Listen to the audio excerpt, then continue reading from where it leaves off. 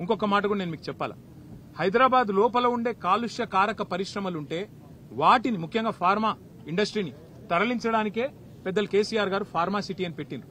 కొత్త టెక్నాలజీతో కొత్త ప్రాంతంలో కాలుష్యం రాకుండా ఉన్న కాలుష్యాన్ని అరికడుతూ వాటిని అక్కడ తరలించి మరి ఇక్కడ ఉండే ఈ ల్యాండ్ను అవసరమైతే 50% గవర్నమెంట్ తీసుకోవాలనేది మా ప్రభుత్వం యొక్క గత ప్రభుత్వం యొక్క ఆలోచన. కానీ ఈ ప్రభుత్వం ఆలోచన ఏంది?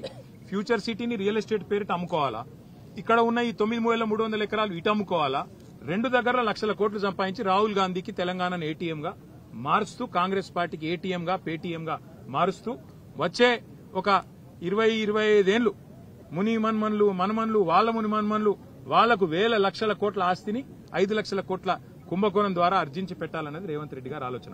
ఇప్పుడు కాకతీయ మెగా టెక్స్టైల్ పార్క్ కి ఎట్లయితే మేము మా ప్రభుత్వంలో భూసేకరణ చేసినామో గతంలో ఈ 21 పారిశ్రామిక వాడల్లో కూడా గత ప్రభుత్వాలు అట్లే భూసేకరణ చేసినాయి.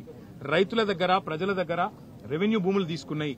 మరి వాటిని ఇయాల నీ అబ్బసొత్తు అన్నట్టు నీ అత్తసొమ్ము అన్నట్టు నువ్వు దానం చేస్తే బీఆర్ఎస్ పార్టీ చూస్తా ఊరుకోదు.